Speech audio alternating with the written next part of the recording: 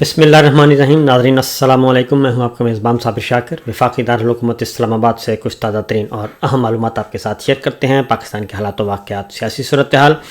اس vlog میں ایک important خبر ہے اور وہ تفصیل کے ساتھ اس کو میں نے ڈسکس کرنا ہے، اور وہ خبر ہے army chief general Asim Munir صاحب کے مستقبل کے بارے میں. نمبر 1 پہلی خبر تو یہ ہے جی کہ اسرائیل کے دورے پر پاکستانی صحافیوں نے، پاکستانی کمیونٹی کے کچھ لوگوں نے وزٹ کیا، اور یہ پہلا وزٹ نہیں تھا بلکہ اس سے پہلے بھی اسرائیل کے دورے ہو چکے ہیں. اور اب زبان زدِ عام ہے کہ اسرائیل کو تسلیم کرنے کا جو پروسیس ہے وہ شروع ہو چکا ہے. اسرائیل کو کسی بھی لمحے تسلیم کیا جا سکتا ہے. اصولی فیصلہ کر لیا گیا ہے، اور اس اصولی فیصلے کو عملی جامہ کب پہنانا ہے، کب حالات سازگار ہوں گے اور معاملات کہاں پہ طے پائیں گے، اس بات پہ ابھی پردہ ہے. اور یہ پردے بھی اٹھ جائیں گے کیونکہ یہ اتنا بڑا کام ہوگا پاکستان کی تاریخ کے لیے، جو کہ جس کے اثرات بھی اور جس کا رد عمل بھی ویسا ہی ہوگا. بہرحال یہ معاملہ دفتر خارجہ پہنچا، پاکستان کے دفتر خارجہ اسلام آباد میں، تو انہوں نے یہ کہا کہ جی ہم نے نوٹس لے لیا ہے. جو پاکستانی صحافی جہاں اسرائیل گئے ہیں اس کا ہم نے نوٹس لے لیا ہے، کیونکہ پاسپورٹ پہ، پاکستانی پاسپورٹ پہ یہ بڑا واضح طور پر لکھا ہوا ہے کہ یہ پاسپورٹ اسرائیل کے سفر کے لیے کاربند نہیں ہے، اور موجودہ قواعد و ضوابط کے مطابق ایسا کوئی دورہ ممکن نہیں. تو میں ترجمان دفتر خارجہ سے یہ کہوں گا کہ سر، آپ کو بھی معلوم ہے، مجھے بھی معلوم ہے، پوری دنیا کو معلوم ہے کہ پاکستانی جو ہیں وہ کیسے اسرائیل کا وزٹ کرتے ہیں. وہ جاتے ہیں اور وہ ایک فرینڈلی کنٹری کے پاس جاتے ہیں، اور وہاں سے ایک ٹریول پرمٹ جو ہے وہ ایشو کیا جاتا ہے، اور وہ جو ہے اس کا اندراج پاسپورٹ پہ نہیں ہوتا، اور نہ ہی پاکستانی پاسپورٹ پہ مہر لگتی ہے انٹری اور ایگزٹ کی. اور وہ جو پرمٹ ہوتا ہے اسی پہ مہر لگتی ہے، اسی کے ذریعے اسرائیل جا سکتے ہیں آپ، اور پھر اسی پرمٹ کو دکھا کے آپ اسرائیل کی سرحد چھوڑ سکتے ہیں. تو اس لیے یہ کوئی راکٹ سائنس نہیں ہے، اس سے پہلے بھی بہت دفعہ ہو چکا، اور اب تو تواتر کے ساتھ ہو رہا ہے. ہو سکتا ہے ترجمان دفتر خارجہ کو اتنا کچھ نہ معلوم ہو، اور بہت ساری باتیں کیونکہ بالا بھی ہوتی ہیں، اس لیے جہاں ترجمان دفتر خارجہ نے کہا کہ اس دورے کا کچھ علم نہیں، تاہم اس حوالے سے معلومات اکٹھی کی جا رہی ہیں، اور دورے سے متعلق معلومات ملنے کے بعد کچھ کہنے کی پوزیشن میں ہوں گے. اور ترجمان نے یہ بھی کہا کہ اسرائیل کے متعلق پاکستان کی پوزیشن میں کوئی تبدیلی نہیں آئی. تو میں یہ بات بھی ماننے کے لیے تیار نہیں ہوں کہ پاکستان کی پوزیشن اسرائیل کے بارے میں تبدیل نہیں ہوئی، بلکہ تبدیل ہو چکی ہے. اور یہ پہلا موقع ہے کہ پاکستان میں غزہ کے معاملے میں، فلسطین کے معاملے میں، اور جو حالیہ جنگ چھڑی اور جو مظالم ڈھائے گئے پاکستان میں، اس کے بارے میں آواز اٹھانے کی اجازت نہیں تھی. اور خاص طور پہ ہمارے مذہبی جماعتوں کو یہ واضح طور پر بتا دیا گیا تھا کہ بھئی اس بار آپ کا ایمان اور دین اور جو امت مسلمہ کا درد ہے وہ نہیں جاگنا چاہیے، اور وہ نہیں جاگا. سوائے سینیٹر مشتاق صاحب کے اور ہم نے کوئی ایسی ایکٹیویٹی نہیں دیکھی. بالآخر سینیٹر مشتاق صاحب کو بھی خاموش کروا دیا گیا، ان پہ بھی دہشت گردی کے مقدمے درج کروا دیے گئے، اور جو غزہ کی آواز اٹھانے کے لیے آئے ان پہ گاڑی بھی چڑھائی گئی. یہ بھی سب کو معلوم ہے. تو اگلی خبر ہے جی، دفتر خارجہ کے بیان کے بعد یہ اسرائیلی جریدہ ہے ہم، اس کی رپورٹ میں یہ واضح طور پر کہہ دیا گیا ہے کہ حکومت پاکستان پر واضح کر دیں کہ یہ وفد کسی تیسرے ملک کے ذریعے اسرائیل آیا ہے. جو میں نے آپ کو بات کہی وہ وہی بات ہے. ان کے پاسپورٹس پر انٹری یا ایگزٹ کی مہر بھی نہیں لگائی جائے گی. اور یہ بھی آپ کو میں، کیونکہ یہ ایسی ایکسرسائز ہے جو سالہ سال سے چل رہی ہے، اور اس میں ہوتا ہے یہی طریقہ کار ہے، اور اسی طریقہ کار کی تصدیق اسرائیلی اخبار بھی کر رہا ہے. اور انہوں نے کہا کہ اسرائیلی حکام کی جانب سے پیغام دیا گیا کہ آپ اپنا زور لگا کر دیکھ لیں، لیکن آپ اس وفد کی سفری معلومات حاصل نہیں کر سکیں گے. اور میرا خیال ہے کہ اسرائیلی اخبار نے بھی کوئی بہت زیادہ اس کو ہائپ کریٹ کر دی. یہ ہمیں بھی پتہ ہے، پاکستان کو بھی پتہ ہے، پاکستان کے دفتر خارجہ کو بھی پتہ ہے، پاکستان کے انٹیلیجنس ایجنسیز کو بھی پتہ ہے، اور اسرائیلی اداروں کو بھی پتہ ہے، اور یہ میوچولی ہوتا رہتا ہے. یہ ایک طے شدہ بات ہے. اس کے بعد ہے پہلے تھرڈ پارٹی میں مذاکرات، اگر مذاکرات ہوتے ہیں، اعلیٰ حکام کے مذاکرات بھی ہوتے ہیں، رابطے بھی ہوتے ہیں. اسرائیلی حکام کے، پاکستانی حکام کے ساتھ، اس میں کوئی شبہ نہیں ہے، یہ بھی ہوتے رہتے ہیں، اقوام متحدہ میں بھی ہوتے ہیں اور برادر ملک میں بھی ہوتے ہیں، یہ اس بارے میں بھی بہت ساری خبریں موجود ہیں۔ تو بہرحال دوسری جانب جی بھارتی جریدہ جو وہ بھی آج کل پاکستان کا بھارتی میڈیا وہ بھی بھرپور طریقے سے فائدہ اٹھا رہا ہے، جو پاکستان کے اندر اس وقت دنگا فساد چل رہا ہے اور جو فسطائیت چل رہی ہے۔ تو میں یہی کہوں گا ہمارے آرمی چیف جناب عاصم منیر صاحب سے، جو کہ اس سارے سسٹم کے روح رواں ہیں، انہیں چاہیے کہ تھوڑا سا ہاتھ ہولار کر لیں تو زیادہ بہتر ہے، کیونکہ اگلی خبر جو میں آپ کو بتانے لگا ہوں وہ ان کے لیے بڑی پریشان کن ہے۔ اور بھارتی جریدہ یہ کہتا ہے کہ جی پاکستانی وفد میں ریسرچرز اور صحافیوں کے ساتھ پاکستان کی خفیہ ایجنسی ISI کے اہلکار بھی شامل ہیں۔ رپورٹ میں الزام بھی عائد کیا گیا ہے کہ دفاعی ماہرین کے مطابق پاکستانی فوج کے اسرائیل کے ساتھ بیک ڈور تعلقات دہائیوں پر محیط ہیں، صرف اس کا کھل کر اعتراف نہیں کیا جاتا۔ اور بھارتی میڈیا کے مطابق یہ الزام بھی عائد کیا گیا کہ پاکستان اور اسرائیل کے درمیان تعلقات کی بحالی کے لیے دونوں ممالک مشترکہ دوست ملک آذربائیجان کا کردار بھی انتہائی اہم ہے۔ تو میرا خیال ہے کہ یہ کوئی ڈھکی چھپی باتیں نہیں ہوتی، میں آپ کو بتا چکا ہوں کہ پاکستان اور اسرائیل کے حکام کے درمیان رابطے رہتے ہیں اور ایک دوسرے کو یہ انٹرنیشنل فورم پہ بعض اوقات یہ سپورٹ بھی کرتے ہیں، اور یہ اسرائیل امریکہ کے کہنے پر کرتا ہے۔ جب پاکستان کو کی ضرورت ہو، امریکہ کو ضرورت ہو پاکستان کی، تو پھر بہت ساری رعایتیں جو ہیں وہ دے دی جاتی ہیں، اور پھر اسرائیل بھی پاکستان کے حق میں بہت سارے انٹرنیشنل ایشوز پہ ووٹ بھی کر چکا ہے۔ تو بہرحال یہ تو چلتا ہے جی۔ اگلی جو خبر ہے جی، اور کیونکہ ایک اور بات بھی بتا دوں کہ جنرل باجوہ کے زمانے میں ہی اسلام آباد میں ایک سیل بھی قائم ہے، اور اس سیل میں اس پہ کافی کام ہو رہا ہے کہ اسرائیل کو جب تسلیم کرنے کا وقت آئے گا یا جب بھی کرنا ہوگا، تو اس سے پہلے بہت ساری چیزیں طے ہو رہی ہیں، اور ان کو جو کیونکہ وہ ایک غیر سرکاری یا کہہ لیں آپ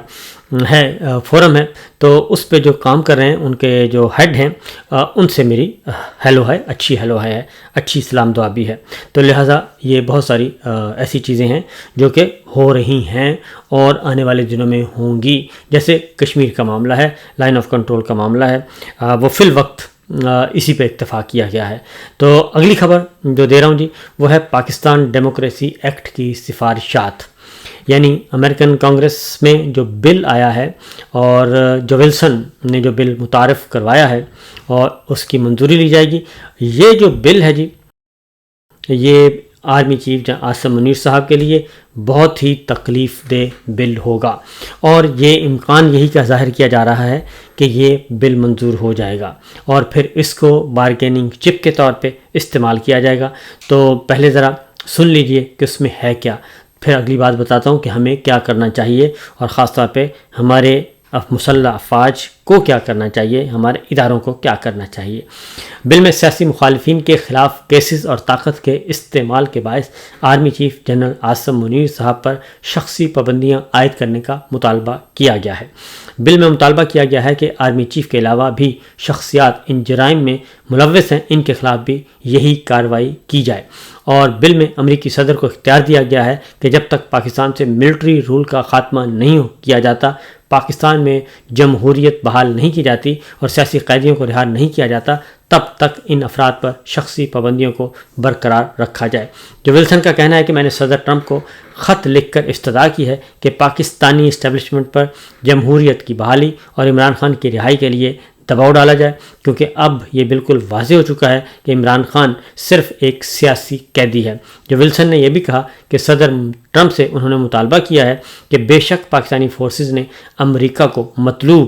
ایک دہشت گرد کی گرفتاری کے لیے سہولت کاری کی ہے، لیکن اس کا یہ مطلب ہرگز نہیں ہونا چاہیے کہ انہیں ملک میں جمہوریت کے خاتمے کے لیے چھوٹ دی جائے۔ جو ولسن نے یہ بھی کہا کہ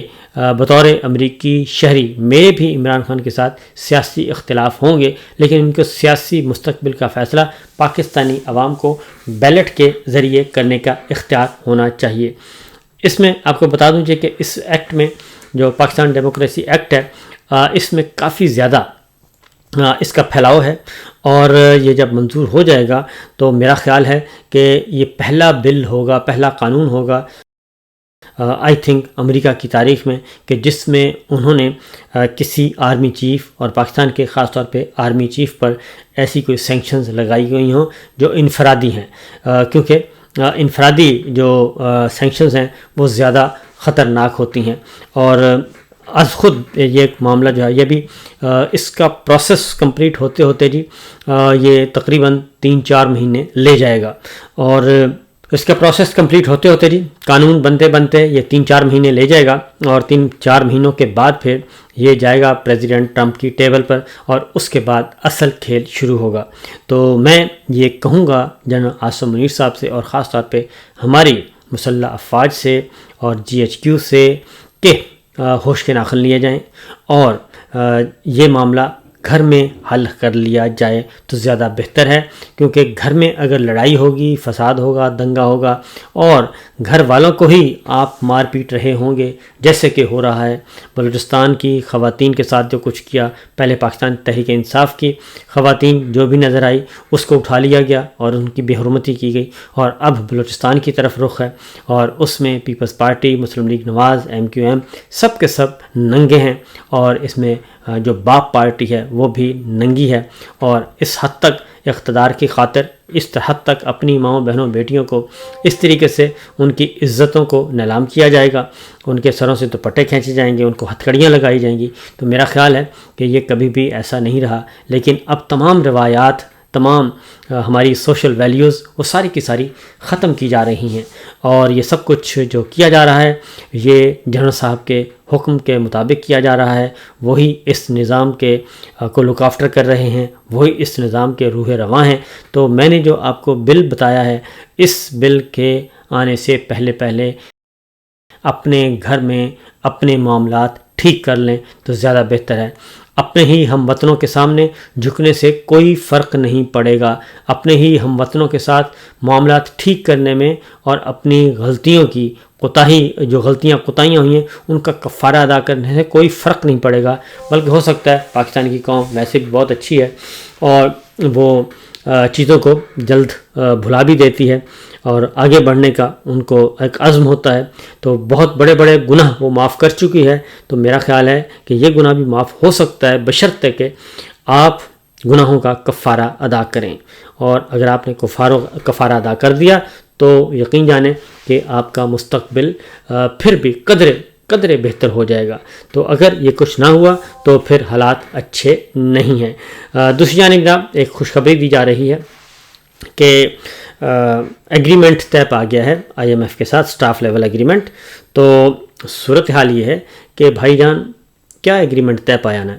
تمام شرائط IMF کی مان لی گئی ہیں، اور انہوں نے جو رعایتیں مانگی تھیں وہ تمام رعایتیں انہوں نے مسترد کر دیں۔ انہوں نے کہا جی کہ کوئی ضرورت نہیں ہے، اور ہم نے جو ایگریمنٹ کیا ہوا ہے اور جو ہم نے شرائط عائد کی ہیں اس کے اکارڈنگلی چلا جائے،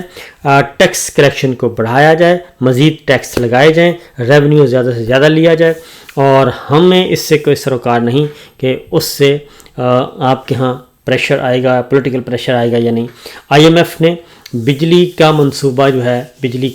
قیمتیں کم کرنے کا منصوبہ مسترد کر دیا ہے، کیونکہ کچھ عرصہ پہلے بڑی خبریں چلائی گئیں، بڑی 8 روپے فی یونٹ مہنگا ہو رہا ہے، یہ ہو رہا ہے، وہ ہو رہا ہے، اور